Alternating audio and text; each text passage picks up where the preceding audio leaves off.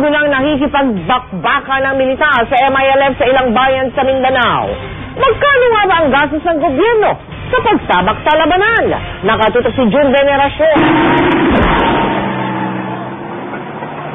Hindi basta-basta ang gastos sa gera. Ang bawat bala ng 50 caliber machine gun, 39 pesos and 20 centavos ang halaga. Ang kada round ng 81mm mortar, 8,515 pesos.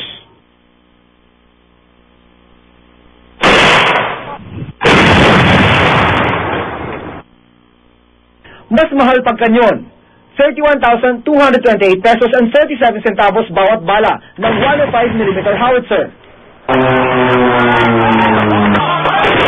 At mas nakalulula, 250 pounds sa bomba, 214,000 pesos. It is costly, no? Dahil we are using ammunitions, we are using our air assets, naval assets, and pero mas malaki yung nagiging cost nito sa mga kababayan natin na kung papabayaan natin na magpatuloy yung mga kabuktutan na ginagawa ng mga kalaban ng bayan. Kapag matagal ng gera, mas malaki ang kailangan pera. Noong panahon ng dating Pangulong Estrada, umabot ng ilang linggo ang oral war laban sa MILF at tinamayang bilyong-bilyong piso ang ginastos. War may be an instrument of peace but only as a last option. Wala raw masasabing tunay na panalo sa gera. Lahat ng panig ay nagdurusa, lalo na ang mga walang kinalaman. Ayon sa NBCC, mahigit 143,000 na ang apektadong sibilyan ng bakbakan sa North Cotabato, Lanao del Sur at Lanao del Norte. Mahigit 24 million pesos na raw ang ginastos ng gobyerno para sa mga evacuees sa 10 araw pa lang. Siyempre, ang digmaan, may mga nasusugatan, may mga nasasaktan, so ang mga sugat lumalalim.